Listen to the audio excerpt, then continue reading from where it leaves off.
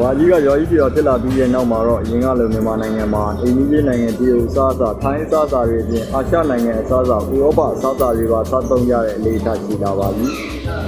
ဒီနေ့မှာတော့ကမာရွတ်မီဒီယာအနေနဲ့ပြည်သက်တွေအတွက်အာရှနိုင်ငံတစ်ခုဖြစ်တဲ့ VNN နိုင်ငံရဲ့အစားအသောက်တွေကိုမြန်မာပြည်မှာတကယ်ချင်းမိသားစုတွေနဲ့အတူပျော်ပျော်ပါးပါးသွားရောက်စားသောက်နိုင်ဖို့ Golden for Vietnamese cuisine ကိုကမာရွတ်သတင်းတောက်ကခေါ်သွားပေးမှာပါVNN ချူခေါ်ဆဲလို့အတိတ်ပဲရတဲ့ Golden for Vietnamese cuisine ဆိုင်ကဒဂုံမြို့နယ်ရုံးမကြီးလမ်းပေါ်မှာရှိနေပြီးဆိုင်ခွဲတွေလည်းဖွင့်လှစ်ထားပါတယ်ဒီဆိုင်ကိုစောက်ဖွင့်ပြတဲ့အကြောင်းလေးပြောပြပေးပါဦး။အော်ဒီဆိုင်ကိုစောက်ဖွင့်ဖြစ်တာဆိုတော့အမတို့အုံနာ boss က VNN လူမျိုးပါ။သူက VNN စစ်သူတို့နေများမြောက်ကဒီမြန်မာပြည်မှာလာပြီးတော့အလုပ်လုပ်တယ်။အဲ့ဒီခါမှာသူ့ယောက်ျားဒီမှာ country manager နဲ့အလုပ်လုပ်တဲ့ခါကျတော့သူကဒီမှာသူတို့ရဲ့အစားအသောက်ကိုမြန်မာလူမျိုးတွေကိုသိစေချင်တယ်။နောက်တစ်ခုကမြန်မာပြည်မှာလည်း VNN ဆိုင်ကအရင်နေတယ်။အဲ့ဒီခါကျတော့သူ့ရဲ့အစားအသောက်ကိုဗမာဈေးကွက်ထဲမှာ VNN အစားအသောက်ကိုလူတွေကိုသိစေချင်တယ်။သူ့ရဲ့ဆိုင်နှင်းကိုလည်းရစေချင်တယ်။အဲ့ဒါကြောင့်မို့သူကစပြီးတော့ဒီမှာစပြီးတော့ဒီစားတောက်ဆိုင်ကိုပထမဆုံးချိန်ပေါ့နော်ဒီမှာရောမင်းကြီးကဒါပထမဆုံးသူစဖွင့်တဲ့ဆိုင်ပေါ့နော်။ငါတို့ဆိုင်နေတယ်လေ။ဒီစားသုံးသူတွေဘက်ကတော့လူမျိုးတွေတုံ့ပြန်တော့မယ်ဆိုတာကိုပြောပြပေးပါမယ်။အော်စားသုံးသူတွေအမတို့ကကောင်းမွန်တဲ့ဒုဝန်ဆောင်မှုတွေပေးသွားမယ်။ပြီးတဲ့အခါမှာသူတို့ရဲ့ဘက်ကလည်းအမတို့ရာသီလိုက်ပေါ့နော်။ဥစားပေါ့နော်။ဥပမာအမတို့ရှိမှ New Year ရှိတယ် Christmas ရှိတယ်အဲ့ဒီခါမှာပေါ့နော်။အမတို့ဆိုင်နေအနေနဲ့ပေါ့နော် promotion တွေလုပ်ပေးသွားမယ်။အထူးဝန်ဆောင်မှုတွေပေးသွားမယ်။ကလေးတွေလာလို့ရှိရင် gift အနေနဲ့ပေါ့နော်။အဲ့လိုမျိုး plan တွေရှိပါတယ်။အမတို့အနေနဲ့လုပ်ပေးဖို့အများကြီးရှိပါတယ်။ပြီးတော့ market ထဲမှာအမတို့ပြအောင်ပေါ့နော်။အဲ့လိုမျိုးအများကြီးလုပ်ဖို့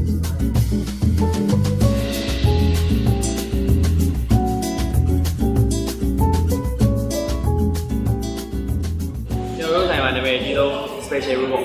ကော်ပြက်လေးဆိုတော့ဟုတ်တယ်ဒီကောင်မှာ brown ball ရမယ်နောက်ပြီးတော့ stir fry ရမယ်နောက်ပြီးတော့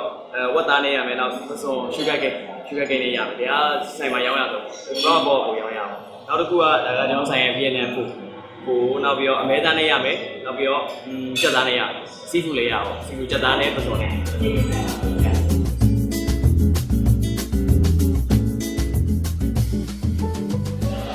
ဒါဒီနေ့ရိုးရကော်ဖီပေါ့သူကဒီမှာ filter နှစ်ထပ်ခံထားတယ် filter နှစ်ထပ်နဲ့ကျွန်တော်တို့ပုံမှန်နှုတ်စီပဲပြီးရင်သူကရေခဲနဲ့ရောမယ်ဆိုလို့ရှိရင်အပူလေးအဲ့လိုတစ်မျိုးတောက်လို့ရတယ်ပထမတော့သူကတစ်ဆက်ချင်းဒီပုံမှန်ပဲကြာဒီကတစ်ခွက်လုံးပြည့်သွားတဲ့အခါကျမှသူကတောက်ရတယ်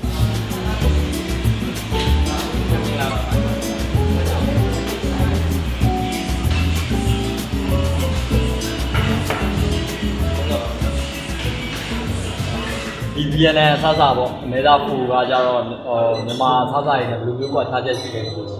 ဘယ်လိုပြောမလဲသူကကြတော့လေ VNN ပုံစံမျိုးပဲချက်ထားတာဆိုတော့ဟောနော်မြန်မာဆိုလို့ရှိရင်ကိုကမွေးငါတို့ဘာလို့ဆိုရင်သူ့ရဲ့မြန်မာအရသာနဲ့သူ့ဟာသူစားလို့ကောင်းတယ်ပေါ့နော်သူကြတော့အဲ့လိုမျိုးမြန်မာစားစာတွေနဲ့မတူသူ့ရဲ့အရေးရရော